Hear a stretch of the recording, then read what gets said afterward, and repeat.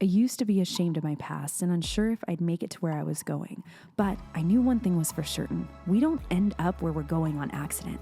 I've also learned that we can't erase the past or hide from it, but we can learn from it and pass it on to others. So who am I? I'm the definition of a bootstrap girl. Someone who's made the hard choices to pick themselves back up and make something of themselves. And I'm not the only one. My name is Danisha. I'm a mom, a wife, a professor, advocate, queen of my own path, who's overcome abuse, foster care, homelessness, and raising 5 siblings on my own at the age of 24. And eventually I got a PhD. But something that I learned is that I don't know everything. So here on my show, we're going to be bringing in people who know the things that we don't know. Let's get in and learn on the Dr. Danisha Keating Show.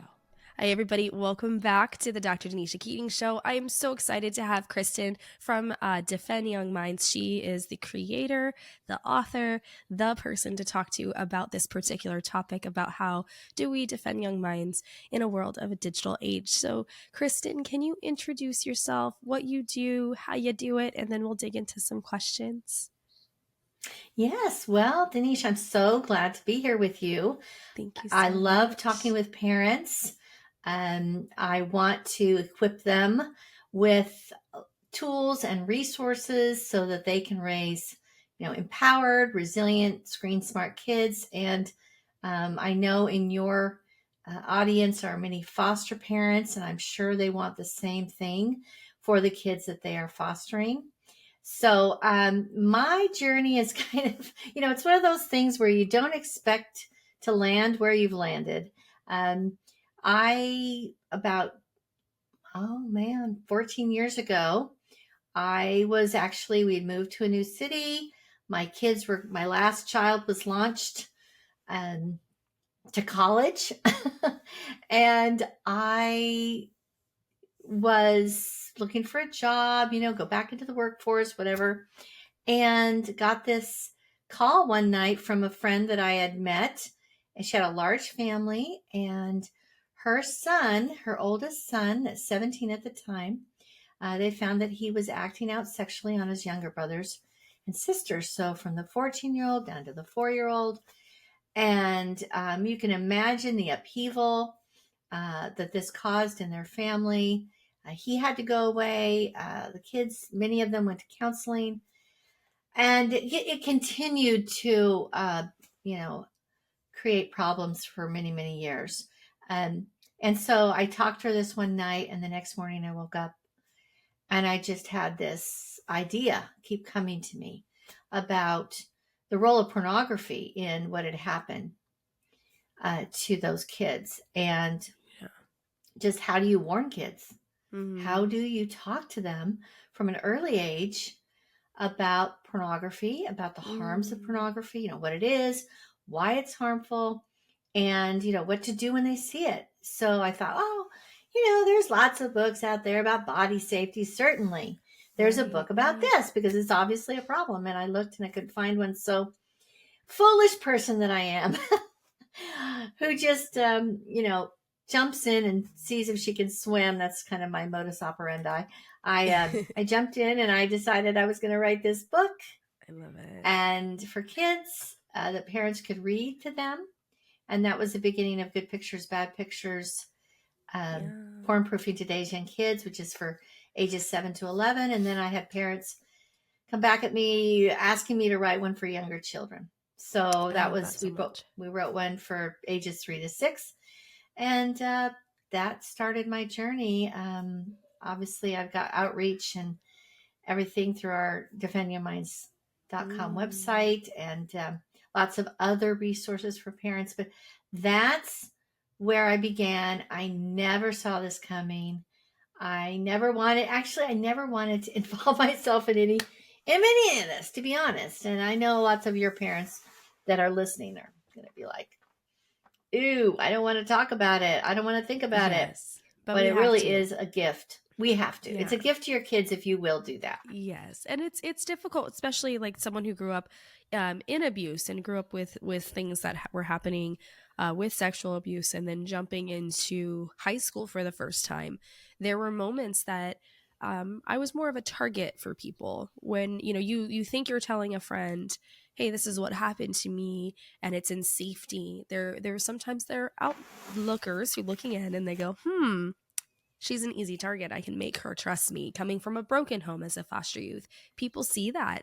And former foster youth have said over and over and over again that they are being targeted or have been targeted with digital exploitation, physical being picked and put into human trafficking and things like that. We have a high number of foster youth who are being human trafficked. I think they said 90% have when they're in the actual human trafficking world, 90% of them said they had spent some sort of time in the foster care system, or were abandoned by family.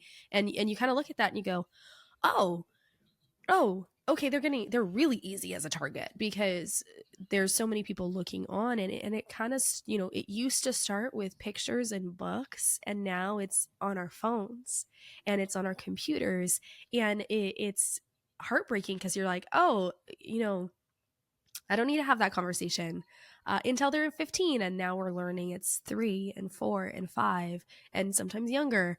And so how would you advise a parent who, especially with a foster care background, where they might feel like, well, I don't know if it's okay to talk about this. How do we start navigating that conversation to say it's needed and okay because you are the parent in the situation, but 2, it's something that is going to protect the child. This isn't a fun conversation, but it's something that it would benefit this child from. So how do we start that conversation? What advice would you give me if I was starting that conversation off?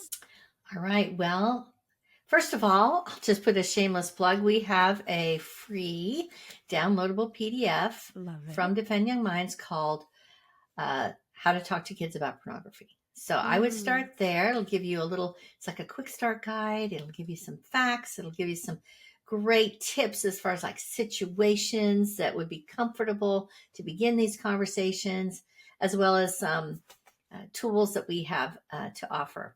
So first of all, I just want to address this idea that, well, they're not the real parents. So do they really have the permission or absolutely, I would say yes. Absolutely. This is a gift you can give your kid, because a kid is going to see pornography. A kid is going to be exposed to, and like you said, have a higher risk for being targeted for sextortion schemes. And we can talk a little bit about that. I've learned quite a bit about that. But I definitely say it's the lucky kid who has parents, foster parents, who will tackle this, because if you're not helping your child do it, they're doing it on their own. They're alone. They don't have your they don't have your fully developed prefrontal cortex to help them with a problem that is taking advantage and hijacking their prefrontal cortex. So, we definitely want to walk alongside with them, mentor them, have these conversations about the harms of pornography, and, also that it can lead to, exploitative situations. Yeah. And I think it's if it's someone in our home, like it's not your friend's kids that you're having this conversation with. It's someone's who living in your home. Right. And that's where, somewhat like, in my own story, like being easily targeted by other adults who could see that there are people in the surrounding places of our life that will take advantage of that, and they pretend to be worthy adults who are like, well, let me help you navigate this thing or that thing or your questions, and then you're in a situation where you're like, oh, this is not safe anymore. So being that we are an adult that is safe to say, you know what, hey, I want to talk to you about this because this is stuff you are going to see out there. This is what you should do. Don't engage with someone like this. We're setting them up for protection, not having an awkward conversation. We have to have that conversation with our kids. And I know so many families who have said, yeah, my kid was 5 and they were on the bus to going to school, and an older kid showed them something on their phone, and then now we've seen it on the computer at home, and we had no idea where they got this from. And it was just like a shock and awe moment of walking in on your kid's school laptop being like, oh my God, what is happening? And that I Yeah, think Danisha, it's that's shocking. why I say, yeah, that's why I say every school bus in America is potentially a triple X theater, because Yes. so many young kids have these devices. And I was thinking about it actually last night. I was thinking how so many people ask me the question, well, what's the average age of first exposure to pornography, which is like a question that's almost impossible to answer, because you can't really study young children and ask them, have you seen pornography? I mean, that's kind That's of a a little weird. difficult Yeah. study to get It's a little permission like, to why are you do. asking that? Yeah, that may not be cleared to do. But if you ask, like, if you think about how young, so if you think about your kid going to school, do any of his or her, fellow students have one of these or Yeah. an iPhone? Or a computer. And people think that just because you're at school Yeah. that you can block out websites like that. There's ways around it. Obviously, being a little bit Yeah. older, you're able to figure that out pretty quickly. But it's like I've heard of friends who are my age in their 30s, mid 30s to late 30s, and they said, yeah, the first time I was like 7 or 8 and I was at a sleepover. But then their kids have said, I think I was like 5. Yeah, it was a friend who had it on her phone or his phone at Yeah. school. Yeah. And I know for my Kindergarten. siblings, yep, kindergarten, you're like, what? But my siblings started learning about sexual education in first grade, preschool and first grade, which when you think about it, that's mind blowing, because you're like, that's like 3 and 4 years old. And the school was like, yeah, we're going to teach them this. And that led into kids getting curious, because they're like, well, look, there's that. And like some kids are more curious than others. Others think they're like, that's gross. Well, some are like, ooh. But that one of my siblings said, like, yeah, there was some kids who started like bringing things to school on their phones or at their school computer or a book. And that to me was really shocking, because I was like, wow, you were like 3 or 4 at that point. And that was, it made me sit back, and I was like, that was in 2008. So I'm like, that was not today. It was a That was long time ago. before. And think about it. When did the iPhone come out? When did the After iPad that. come out? We're It was talking after that. 2007, 2011, or 2010. So, yes, lots of things have changed since then. Right. Nothing's the same. So, kids are getting exposed at a young age. So, what can we do about it, right? Because we could sit here for an hour talking about the horror stories. Right. But what we need to do, right? We need to, but I'm so glad that you have brought that up, because I do talk with people that are shocked to learn that. And not only do they get exposed, they start to imitate. They start to imitate with other children. And that can be, or even I heard of a 3-year-old who was, uploading videos of herself trying to have sex with the family pet. Yes, she was taking videos of herself doing that. And when her family found out, she's 3. She's 3. Well, they couldn't find a hands-on perpetrator. They came to the conclusion that she had been exposed to pornography. So, and we have this huge uptick in like child on child sexual behavior. And we're not just talking normal kind of exploratory things. We're talking porn-induced behaviors. And what we're finding now, used to be when I would talk about this, I'd say, well, the stats are is that 40% of child abuse cases are, have another minor as a perpetrator. Now it's 70%. And that's probably just increased in the last 10 years. So 70% of all reported, this is a statistic from an organization, reported by an organization called Darkness to Light, which is anti-child abuse. So in any case, we have to educate kids.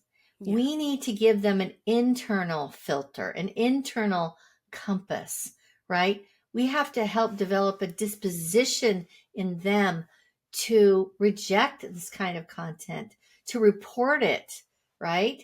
and to get your help as the parent, foster parent, in dealing with it. Because again, if you don't help them, they're going to have to deal with it alone, and they don't do very well because their brains are not fully developed. Their brains are hijacked by curiosity.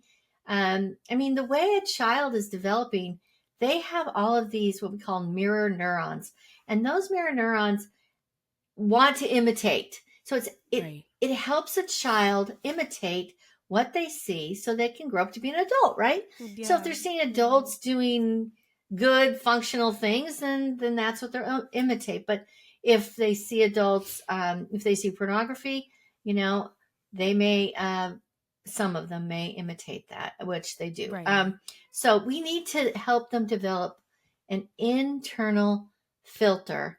They need to understand 3 things about pornography: what it is, so they have like an age-appropriate definition; why it's harmful, so they have some really good reasons, because they're going to need some really good reasons and some arguments against it, because it's going to take a little, force of will to turn away, to be the one kid that isn't looking, that kind of thing, right? And then third, they're going to need a plan. So they're going to need to know exactly what to do when they see it, who to tell, and also how to deal with those memories that are coming back to their mind. So a definition, a warning, and a plan. And all of those are in my books, Good Pictures, Bad Pictures, and Good Pictures, Bad Pictures Junior. I love it. And I know you have them behind you, but I also want to pick them up right here. We're going to be using these, my daughters too, but I know that this is a conversation that we should be having with her as she gets older, as she navigates these things. I know for me, as someone who's experienced sexual abuse, it can be really hard to talk about that to people because you come at it from a different perspective, but I was 2 when the abuse started happening. I thought I was a lot older. And I recently found out I was 2, and I was like, but it made, like, in my head, I'm like, all of this makes sense because there were behavior things that I remember. And I felt weird and I was a bad person. And it's like, no, like, you were exposed to some things. But I think a lot of parents that I've talked to, their answer is always, well, I'll just not have them have a phone until they're older. And what you're saying is like, hey, that doesn't really matter at this point. It's the exposure to other people. Yeah. That is important. I wouldn't say that. Yeah. I wouldn't say it doesn't matter because I definitely would hold off. Yes. As long as we can. People say, how, at what age do you give a kid a phone? And the answer is as soon as you want them looking at porn.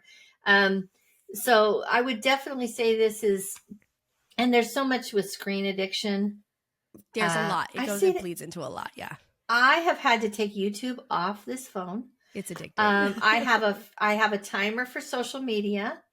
I even have a case somewhere that I can lock it up if I need to. Mm-hmm. I have an iPad that I just use when I'm on the treadmill. Like I've had to and I've got a fully developed brain. But it may not be the brightest candle on the cake, but I have to do these things to put boundaries on. So I wouldn't say that, but that's not the only answer. You're absolutely right. That's not the only answer. The conversation. Yes, you can forestall this. Needed. Yes, you have to, because so many other kids will have them.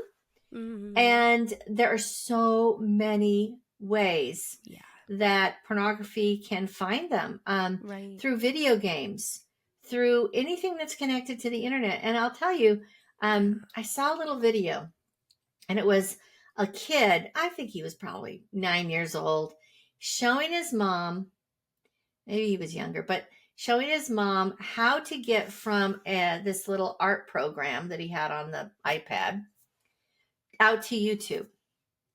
And she's like, there's no browser on this iPad. They thought they had it locked up. This kid did like 17 different steps. Okay, well, you go here, then you go here, then you go do this. And he had memorized. Yeah. Like he didn't have to refer to a cheat sheet or anything. Yeah. He just, then you go here, and then you click on this, and then you go down here, and da. And now here you are at YouTube, and now you off to the races. And when I took YouTube off my phone, because those YouTube shorts just like pull me in like a tractor beam, you know. Yeah. I admit it. I I was watching something on YouTube on my phone, and my husband's like, "What? Wait! I thought you took YouTube." I'm like, "Yeah, but I can get to it through Facebook." Yeah. Yeah. And So you there's all kinds of ways. there's all of these things where it's the conversation is so important to protect our kids that we can't just say, well, they're not going to have a phone until they're 15. I'll talk to them then. You know, in middle school, they're talking Yeah. about this. In elementary school, they're talking about this. And I think that there's moments where it's like we think that we're in a world where no one else would expose them. But you brought up that point, is that exposure can happen from another child, and it's not that the child's evil, it's not that the child is a bad person, it's that they were shown by somebody else.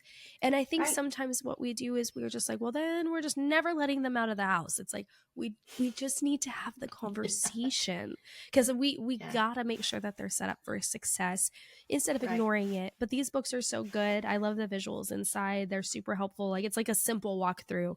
It doesn't feel, some books can feel over the top, but it's good to start having that conversation, because what we do is we educate our kids, and kids pick up things so fast. You can say it one time and the whole like 17 steps, I'm like, man, that would take like 10 times for me to memorize. But kids, you show them once or twice and they got it. And that's what makes me like kind of sit back. I'm like, oh yeah, we gotta have this conversation. Like, we have to have this conversation because it's so easy to show a kid how to get around something. And it might have just been from a kid who's just like, oh, you want to go to YouTube? You just do this. And it was completely innocent. Yeah. But it is a hard reality of being someone who is a guardian or a foster parent or a kinship person, where you're taking care of somebody else's children. And we see a high rise within the foster care community. There is a lot of foster youth who have been sexually abused, but then there is the exploitation, because we come from broken homes, that it's very easy to see our foster youth get manipulated by other people. And so having this conversation that's age appropriate, just to say, hey, this is how we behave. We talk about these things in our home. If you want to talk to us about it, we ask, no, don't talk to another kid about it, but come and talk to me about it as the adult. I'll help walk you through that. And it protects them, because that, I think, is one of the easiest ways that I was targeted, was that I would tell a friend about what had happened, and then they would tell somebody else. And that person may not have been the safest person to be around, or someone else would overhear me sharing. I'm thinking we're in a private conversation and we're not, because someone else is overhearing it. And that I always tell anyone who's thinking of telling their stories is to be very careful of those details, because there are people always listening and they might not have the best intentions. So when say that a parent they do have someone come to them and say, hey, your child did this with my kid, how can they navigate that conversation? So are you talking about a situation where there's potentially some like maybe expose inappropriate them, touching, or I would say maybe no, you're expose them talking something about on the phone, exposure. Yeah. I have seen that situation, and parents have had to talk to another parent and say, I'm not making any judgment on your child. The kids are curious. However, this is what happened. So a lot of parents, when kids come into play in their home, they have a basket. It's like, no, they have a rule: no electronics, like no devices. So if you have a phone, put it in the basket, go play, and you can get it back when you leave. So I would definitely, and I think that's a perfectly valid thing, because if they, it's in a central location, you can hear it. If somebody really needs to get in contact, the parent knows where they are, so they can contact you as a parent, the other parent. So that's one thing you can do. I think that, again, this education piece, we say these 3 strategies. One is to get the facts. So get yourself educated. Again, download that free guide, How to Talk to Kids About Pornography, from our website. Get the facts. We have great articles. We have articles that talk about technology, tackle the tech, about emotional resilience, about how to talk to kids about pornography, about the risks that are out there. And so we treat a wide variety of topics around this idea of sexual exploitation, really, of children. So get yourself educated, and then educate your children. Arm the kids, help them to have some defenses against pornography. You can't put them in a fort, you can't put them in a bubble, but you can give them some refusal skills, right? You can help them understand the why behind it, and come at it as a persuasion. You're persuading, educating them. It's not a, you must do this, or, but it is we want the best for you. Yeah. And we love you, and we want the best, most successful life for you. And then the third is continue the conversations. Have these regular conversations. A lot of parents, they are subscribed to our newsletter every week, and they use that weekly newsletter as like talking points, especially with teenagers. But talking points, things that they can have conversations with their kids. And if their kids are too young for that, you have a conversation with your spouse, with a friend, just to talk this over and process it. But you're talking about like how, I just listened to a quote by Brene Brown where she said, she's written a lot about being vulnerable. And I've read a couple of her books, and I was like, wait a minute, I don't know about this being vulnerable stuff. Yeah. But she doesn't say to just tell your story and your deepest secrets to everyone. In fact, in this quote I was listening to, she said, you have to be careful. Yes. Who you share. Yes. Your thoughts, your deepest, who you share your very personal stories with. Yes. And I think you were really alluding to that, because we need to teach kids boundaries that, it's not shameful. It's not that you're keeping secrets. It's just that you're protecting a very like vulnerable part of your heart and your soul, and to, that it's okay to have those boundaries. Right. And that it's wise, because we don't want to teach kids that everybody out there is a horrible person. No, but that you just won't always know, right? Yes. Haven't we ever, Danisha, I don't know about you, but haven't you met somebody that just comes off as the nicest person? Yeah. Yep. and they're so nice. And of course, this is how groomers do it. Right. They're so nice and sweet and everything. And people just think that they're just, and yet underneath they're not so nice, right? Yeah. They do things, they're not so nice. So, some people learn how to be really nice. I'm not one of them. I'm kind of a more direct, here's the facts. But I have been tricked myself. Oh yeah. So I think it's important to teach kids that, as you were saying. So there was something that like a concept, I do a lot of advocacy work. And so there was a concept that I had to kind of explain to somebody, and I was like, I don't really know the words for it. So I sat back and I was like, what does it mean to be vulnerable? Now, we often think that we are being transparent as vulnerable. Transparent of here's all my details, here's what I went through, here's all of XYZ, and this is why I do what I do, and da-da-da-da-da. That's transparency.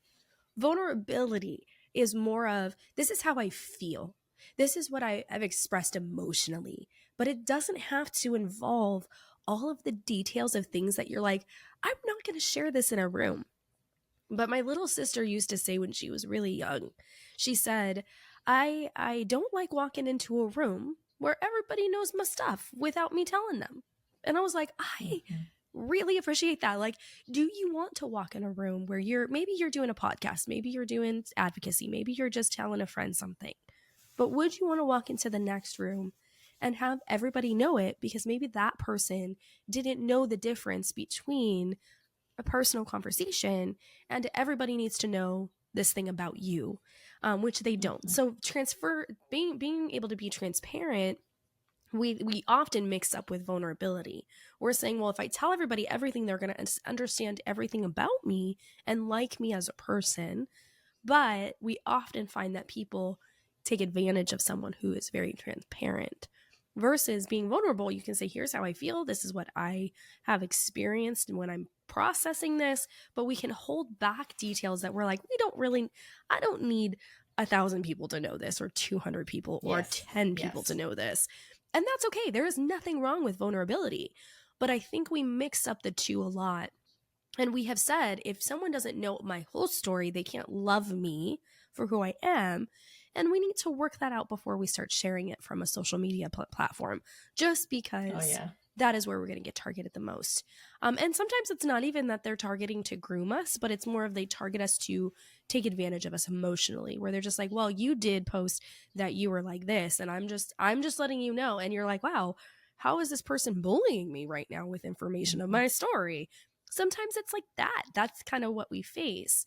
And so I love that Brene Brown said that, because it's so true, is that it's like, hey, I don't need to tell everybody my everything to be heard. I still have a voice and it's just as good, but not everybody needs to know all 100 details.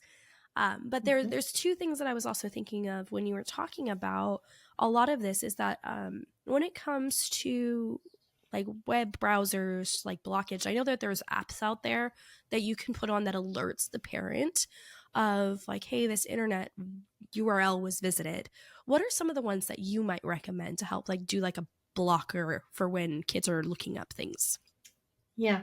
Well, there's various levels. So yes, and I would recommend that any devices in your home, you have some filters on, and so there's filters and there's monitoring, right? So monitoring is kind of more accountability, more I'm going to, for example, Bark is a product that you can put on a phone. They also have their own phone now. They do. And I believe they're coming out with a watch. Yeah. A watch. So they do, and they will send you alerts.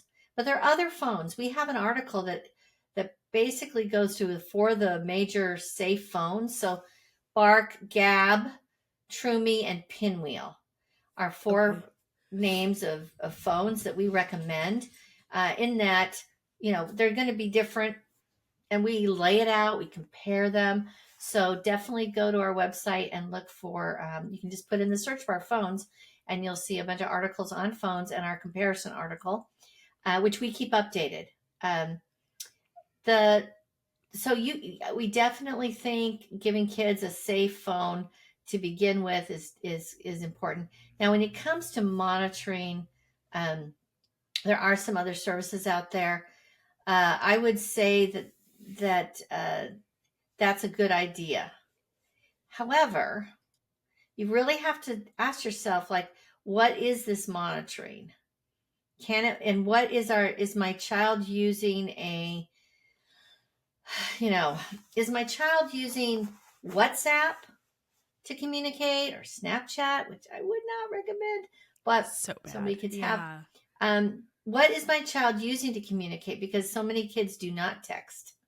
They don't want all their friends knowing their phone number, right? They don't text. They use a messaging app.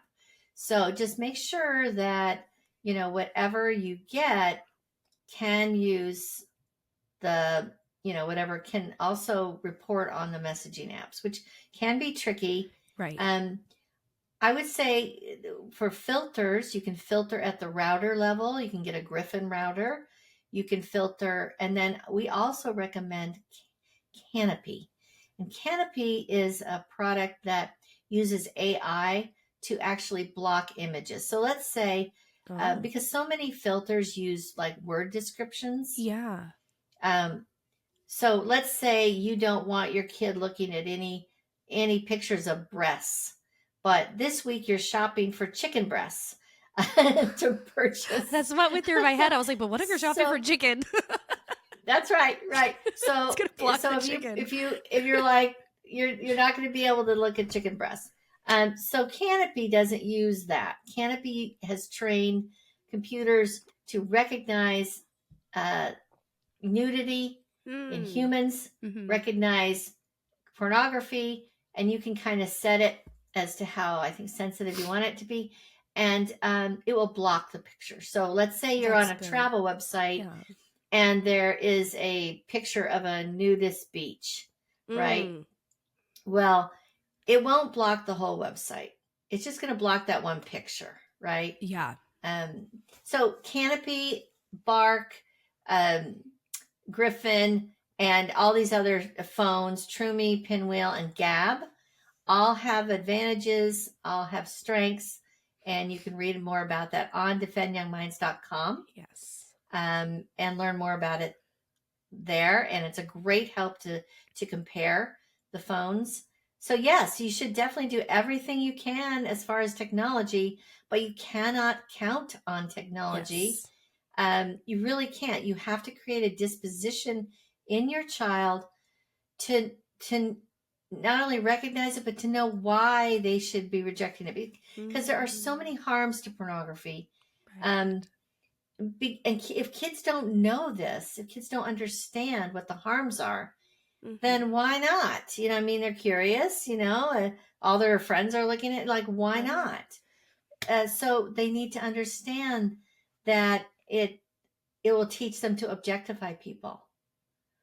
And when you objectify a person, just like you can kick a ball and not worry about hurting it, right? You can hurt a person. And so much of pornography has become incredibly violent and demeaning, and degraded. I won't even describe to you some of the things that are the most popular tropes on pornography. Right. But they're disgusting. They're absolutely disgusting, and yet people are getting sexually aroused to this material.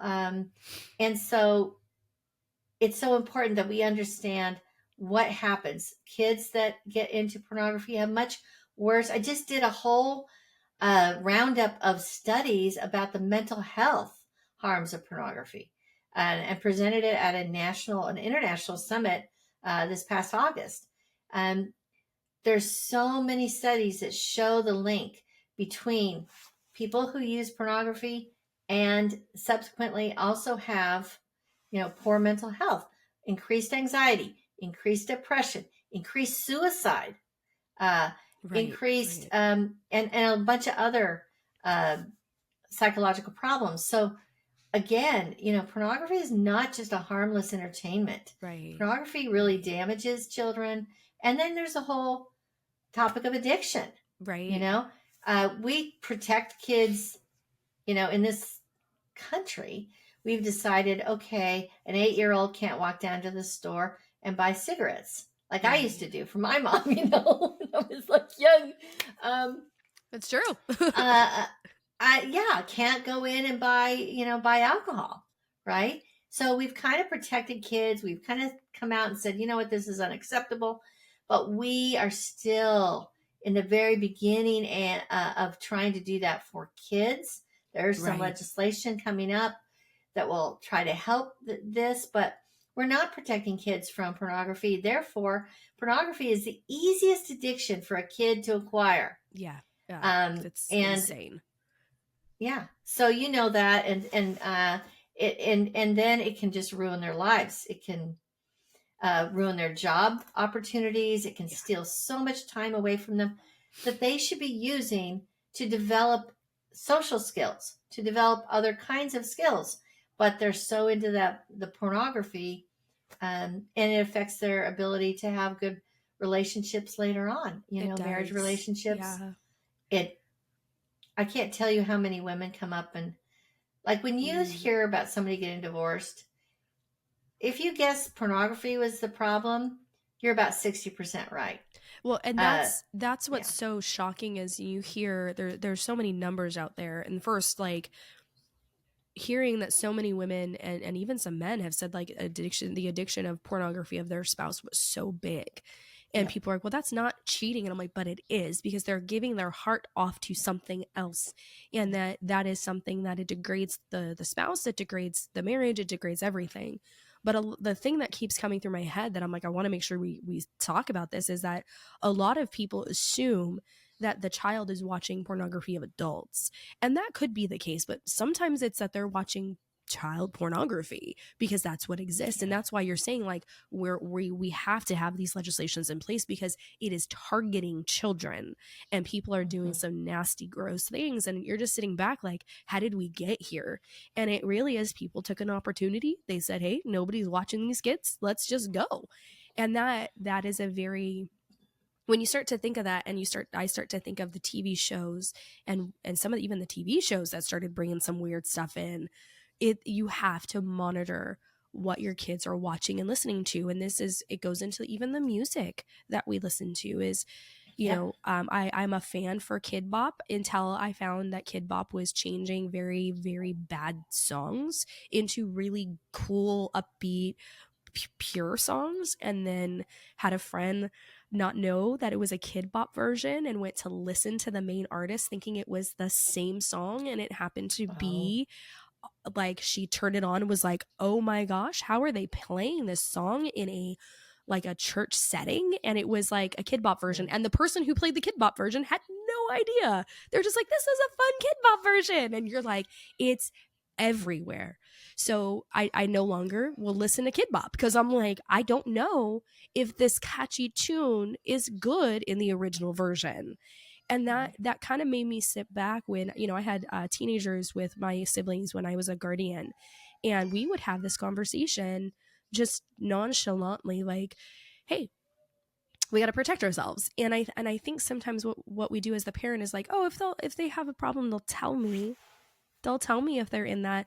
And there's a lot of fear behind being like, hey, I found this, I saw this, I don't want to get in trouble. So it's starting that conversation of like, hey, I would never, I would love your advice on this, because I feel like going in and being like, you're not going to get in trouble.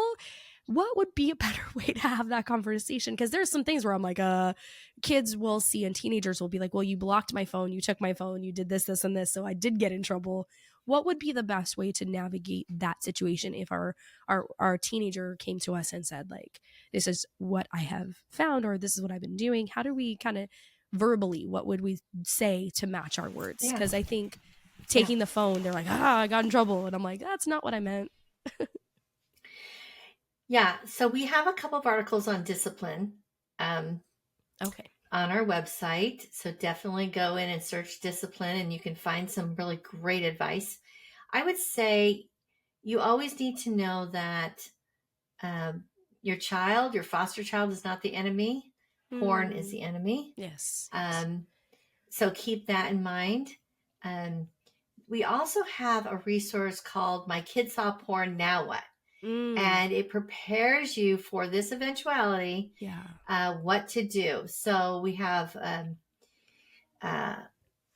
so like it's the SMART plan. So S stands for stay calm. M stands for make a plan, you know, and it goes on through. So those first, down to T, which is train on tech. So lots of great advice. That's like almost a 90-page document. Oh, I love it. But you can download that. Yeah. There is a small cost to that, but you're just supporting our wonderful efforts at Defend Young Minds. So thank you. But we have really compiled, and we keep that updated as well. I would say, again, so with that, stay calm. If your child comes to you and says, first of all, thank them. That should be the first thing. Thank you for telling me. Thank you for telling me. And then as far as them getting into trouble, I do think that, having some discipline, which they buy into. So like, what do you think should happen if this happens? Or what do you, especially with teens. I'm not saying with younger children, but like with teens, negotiating some, consequences. Sometimes they'll be harsher on themselves than you would be. Sometimes not, but I think that they need to know in advance. Right. And then you do have to stick to what you've decided. You really do. And you can't be their friend. You really have to be the parent. And I'm sure they've heard all this. But I'll just say it too, because I was not always my kid's friend. Yeah. I'm more their friend now that they're adults, but I I knew that I had a stewardship for 18 years to, and I would explain that to them. I'm like, up until this age, I have a stewardship over you to help you and to protect you. And then from 18 on, all the rest of your life, and I'd like all the rest of your life, you can make your decisions. You can do whatever you want. Right. But until then, I have the stewardship to, to do the best I can to make the rules so that you'll have a happy, healthy, successful life. And that puts it into perspective for kids. But so I want to make sure I'm answering your question about like when a child comes and says, again, thank them. That's a wonderful thing. Most children, they're so afraid they're not going to come and tell you that. Right. And I've seen some studies that show this. I also seen a lot of studies that show that parents tend to be, well, they call it the naivete gap. Mm-hmm. And I don't want to call anybody naive, but there is this kind of gap in what parents think their kids are experiencing and what their kids are actually experiencing. Mm-hmm. So, 25% of parents say, yeah, my kid was exposed to porn. It's more like 63%. It's way more. Wow. It's way more. Yeah. So, and not only for porn, but for all kinds of other negative experiences online. Parents vastly underestimate the negative experiences and the exposure to porn that kids have online. So that, how are we going to find out? It's going to be trusting conversations. And I would say one more thing, and that is, you have to have kind of like a drip, drip, drip method. I garden, and if I plant my seeds and then take the hose and just, then the seeds are all going to be all over the place. Right. And I'm not going to have the best outcome. But if I have a little drip hose, right, it drip, drip, drip the water on it. We set up new drip hoses this last year, actually. We had the best garden. Oh my gosh, way too much, actually. I was giving it away on the street. But that drip, drip, drip method. So start a conversation, have a little bit. Don't, it's not the Spanish Inquisition, right? I hope that's not offensive to say, but in any case, it's not. It's in movies. It's fine. Yeah. It's not like you want to have a short conversation, brief conversation, and then touch it again, and then touch it again, and bring it up again. Just little light so that it's not burdensome. You can do it, if you have a 20-minute drive somewhere, bring it up. And just keep it dripping. Keep those conversations coming. Again, you can sign up for our newsletter, which will definitely help you. And know that, again, your kid is not the enemy. Porn is the enemy. And some of these other, I'll tell you, some of the big tech companies, social media companies, they know what's happening and they're not protecting kids. They do not have kids. They're not designing with kids in mind. They're designing with adults in mind. So the iPhone's a great phone for adults. Right. Terrible phone for kids. Terrible phone for kids. We've written about that as well. So I don't know. I hope that answered your question. It does. And I think I just keep getting the image of like, we don't fire hose it. We drip it. Because I think, first off, we're going to scare our child. But then it's like, oh my God, now we're talking about this again. Like, it's just too much in one sitting. And then we end up lecturing our child versus it having that constant communication of just like, here's the situation. And I love that because I think that helps where it's like, you don't need to just at them. We got to, little by little, constantly keep that door open for conversation. And in the beginning, you even said like, interestingly enough, phones are also addictive, and young adults and children are getting addicted to it. And it mirrors, some of the stuff mirrors the pornography issues that we see, the anxiety, depression, disassociation, all of that stuff. So, I just hear like a parent being like, oh my God, my kid must be on like a porn addiction. And it might be like, no, your kid might just be addicted to the phone. Like we need to have some boundaries. But I love that you said like there are a ton of things that you can do to start the protection on the phones, but really it's the conversation that needs to happen, because it will happen at some point. It's not a matter of if, it unfortunately is a matter of when. And we want to make sure that they're set up with the tools to say, okay, what do I need to do in this situation to walk away? And then who do I go to? And if we want to be that person that they tell, that we have to be the person who's having the conversation, because that's where they're going to go, is to the person having the conversations. That is safe. You're not going to have, most likely your child is not going to come out of the blue and said, my friend, Brandon showed me, some pictures and they were, and then describe, they're going to not even have the vocabulary to have this conversation with you if you don't begin. And now if you, for example, in good pictures, bad pictures, they can come and say, I saw a bad picture. I saw this. And we have a little plan for the 3 to, and we've already started reading this. I have 3 grandsons now. And we started reading the junior book to them at age 2. So I don't just talk this talk, I walk this talk, and my daughter does too. So, and then, that gives them a simple, like the vocabulary, and it opens up the permission, gives them permission to talk about it. One kid, his mom read him, he was 9 years old, read him, good pictures, bad pictures. And, he went to school 3 days later, kid came up on the playground. More and more schools are making kids put these away. I am so glad about that. I just look forward to the day where none of these are allowed to be, with the kid at school. They're put away.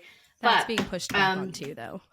And I understand why, but it is one of those things that it's like, hey, if you understood what was happening behind, there's just, that's a whole other topic. There's how many times do you have to call the school, or would you have to call your kid with an absolute emergency? Right? Yeah. You can call the office and they can bring a note to this classroom. That's the old school way, and it worked just fine. I think the concern with parents is more of what's happening in the classroom that's not being exposed, because there's been something like I live in a state where there's some bad things happening and the kids are recording it and taking it home being like, look, I'm not lying to you. And I understand why it's like, hey, this is what's happening badly in my classroom, and it's actually saved kids. That's not as common as people would think, but it is something that it's like, I understand that. But if you take, if we start addressing those issues and we start addressing the issue of what's happening with phones, I think we can get back into a safe environment again. Yeah. Why don't they just put in a camera in all of the classrooms and have it, on a streaming website that anybody can watch what is going on in that classroom, because it should just be education. But in any case, that might have problems as well, privacy issues. But the thing is that this kid, so getting back to the story, this kid had a friend come up to him on the playground with the phone, showed him pornography, but he already knew. He knew what it was, so he could recognize it. He knew that his mother had opened this conversation with him. She was a safe place to talk. And he knew the expectation was that he was going to come and tell her. So he did. He came back home and he told her what happened. And he said, I was scared, but I knew what to do. I was scared, but I knew what to do. And can you just feel like the burden coming off of his shoulders, because now he's not alone in dealing with this. No, and too many kids are alone. Yeah. And there's a lot of kids who've grown up into adults and they were like, when I saw it, I didn't want to see it. Like, it wasn't something I was curious about. I was shown it and I was like, cool. Okay. Like, it's like a scary movie where you're like, I don't want to watch this. But being there, you want to be with your friends. And sometimes we want to be the cool friend. And sometimes we don't want to cause an issue. In the know. No, I don't want to. I'm curious. And then I'm like, oh God, what was that? Yeah. So that's another thing that parents can do is practice responses. So refusal skills. So what do you do in that situation when somebody says, hey, I want to show you something on my phone? One thing that I recommend is have the kids say, well, hey, what are you going to show me? Before you look, what are you going to show me on your phone? And then they have a moment to have some intentionality where they can Right. say, you know what, just not into that. And sometimes Hey, let's go too, play this, like you know? in my case, it was, hey, look, and I was like, oh, like, Right. oh my gosh. Yes. So sometimes you don't get that So it's moment to hard. retreat. Yeah. But what it still did, what I was like, like I didn't have anyone talking about that with me, but I was like, I'm good. Like and I just walked away. But being Yep. able to know that I had someone to talk to would have been so much helpful for me, such Yeah. more helpful, because I would have just been able to, instead of running in shame, because I was like, oh my God, what did I do? Like, why did I look at the phone? Like, why didn't I like put my hand out? Like, I would have had an understanding that that was not my fault. That didn't make me a bad person. That was just a really No, in awkward fact, situation. yes, we say that in the book. Yeah, I loved that. And in the junior book, where it's like, even if you see a bad picture, that doesn't make you a bad kid. I love that. You know, an 11-year-old girl reported to her mom. Her mom had read her good pictures, bad pictures. She was on a school bus. They were going to a field trip. And this boy came back and she was showing her and her girlfriend pornography. And she knew to look away. She just says, no, I'm not interested. But what did the other girl do? She kept looking. Yeah. Because she didn't know. She wasn't educated. You know, she wasn't a bad kid, but she just wasn't knowledgeable. So when this girl came home, she told her mom. Her mom helped her deal. And so that's another part of the book. What to do when those images, those are shocking images, how to neutralize them. And there's some specific steps that you can take to help your brain kind of forget in air quotes, right? Those bad pictures. But she came home and her mom knew this other girl, knew her mother, and called her up and kind of said, hey, you know what? Your daughter was exposed to pornography on the bus. And you may want to talk to her and you may want to get this book, right? To have this conversation with your daughter because this is happening. So, hey, parents have to band together. I was talking with a parent who said that someone in their neighborhood, and it was a neighborhood where there were a lot of kids, went around to all the parents in this area and said, hey, let's band together and let's decide not to give our kids phones until they're like X age, and let's have this conversation and let's try to protect all of these kids. So there's a lot you can do. We have an article about that too, talking to other parents about your media standards and helping other parents also find this information and find the courage and find the ability, the tools and resources to help them warn their own children and protect their own children. You can't raise them in a bubble. We all know that, but we wish we could. We wish we could. It's easier, but we can't. It's heartbreaking to think about it, but we can educate them. And yes, so there are many, many very hopeful stories of children that are doing exactly what their mother or father asked them to do. We could be here for hours. I could tell you 100 more stories, but basically, the other thing though that I wanted to recommend is that when you talk to a child about pornography, and you're not only helping them understand how they can be safer and happier, but you're actually protecting them from hands-on predators. Because what do hands-on predators use to groom kids? What's their number one grooming tool? Pornography. It desensitizes kids. It shows them what's expected. So kids are safer. One 6-year-old, his parents went to a dinner with family friends. The kids were allowed to run downstairs really quickly and grab a toy in the basement. They'd just been put there just temporarily. Grab the toy. He was down there looking, and up comes a man. Turns out they have a renter down there, and showed him gay porn on the phone and said, this would be really fun, and started kind of grooming this kid. And he recognized it. His mother read him good pictures, bad pictures. He recognized it. He knew no adult should ever show him, no kid should ever show him either, pornography. He ran upstairs. He saved himself. Pretty sure that was the end of that dinner. but that kid was safe. And while we wish all adults could be the ones keeping kids safe, sometimes kids need to learn digital defense skills. Yes. So they can also keep themselves safe. So I was taking 2 notes because I was like, I want to make sure I say these 2 things. So one of the other things that I heard, which was insane to me, was that there was an FBI agent who asked a predator who was notorious for predating. Like he's just like, I have a question. How did you choose your children? And he goes, oh, I never chose the child. I chose the parent.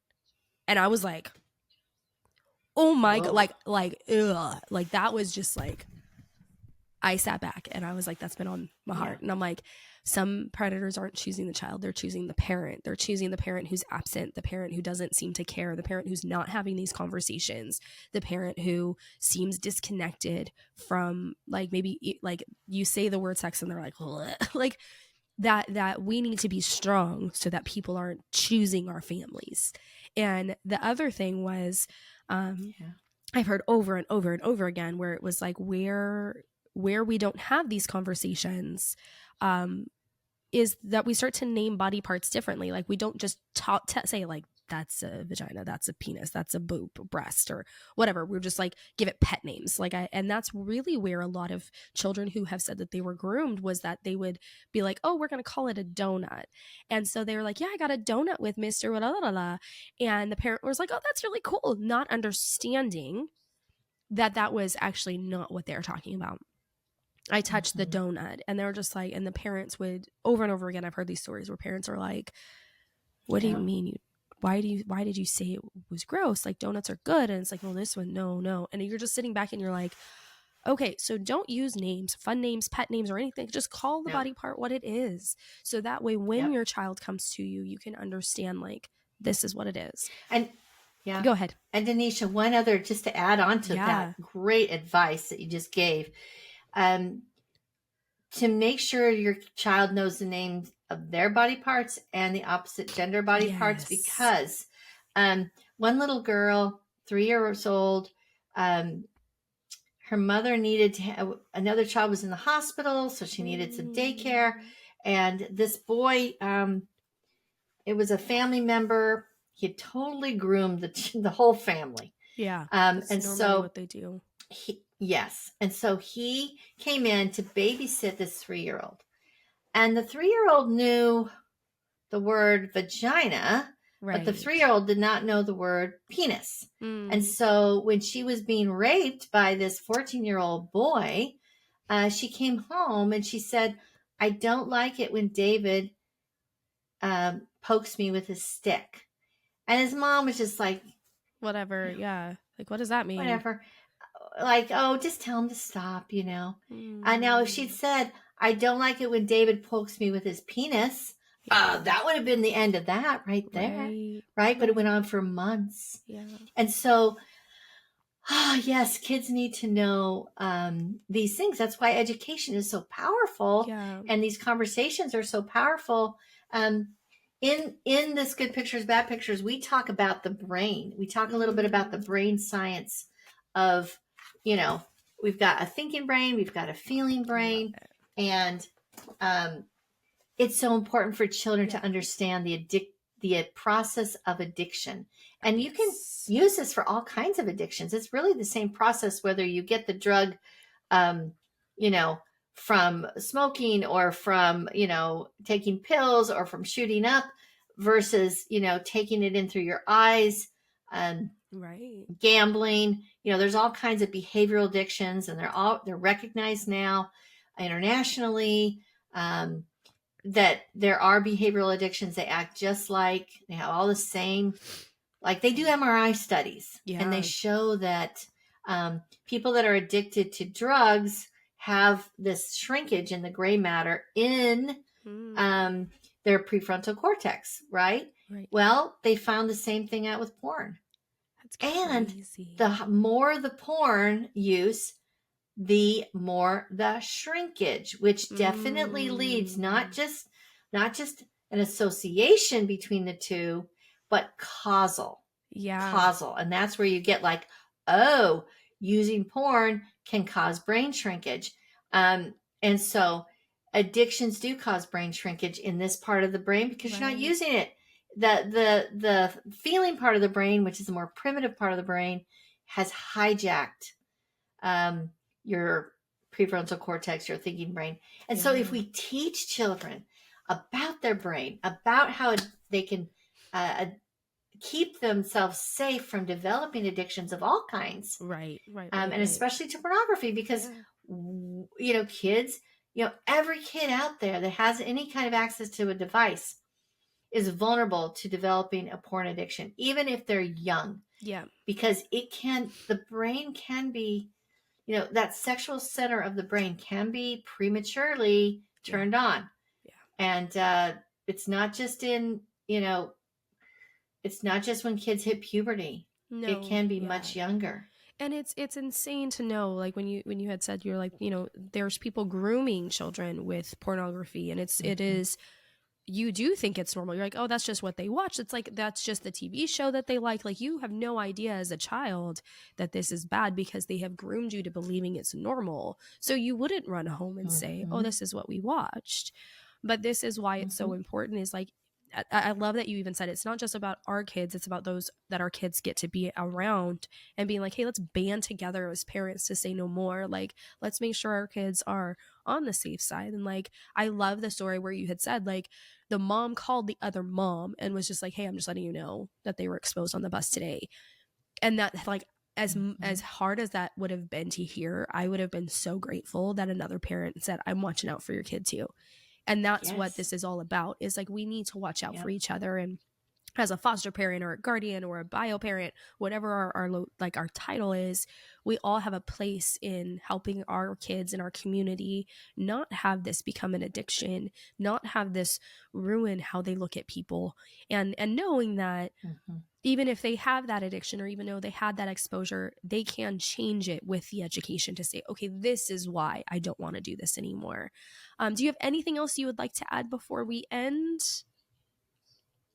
I would just like to say one thing, and that is kids, again, they're not the enemy.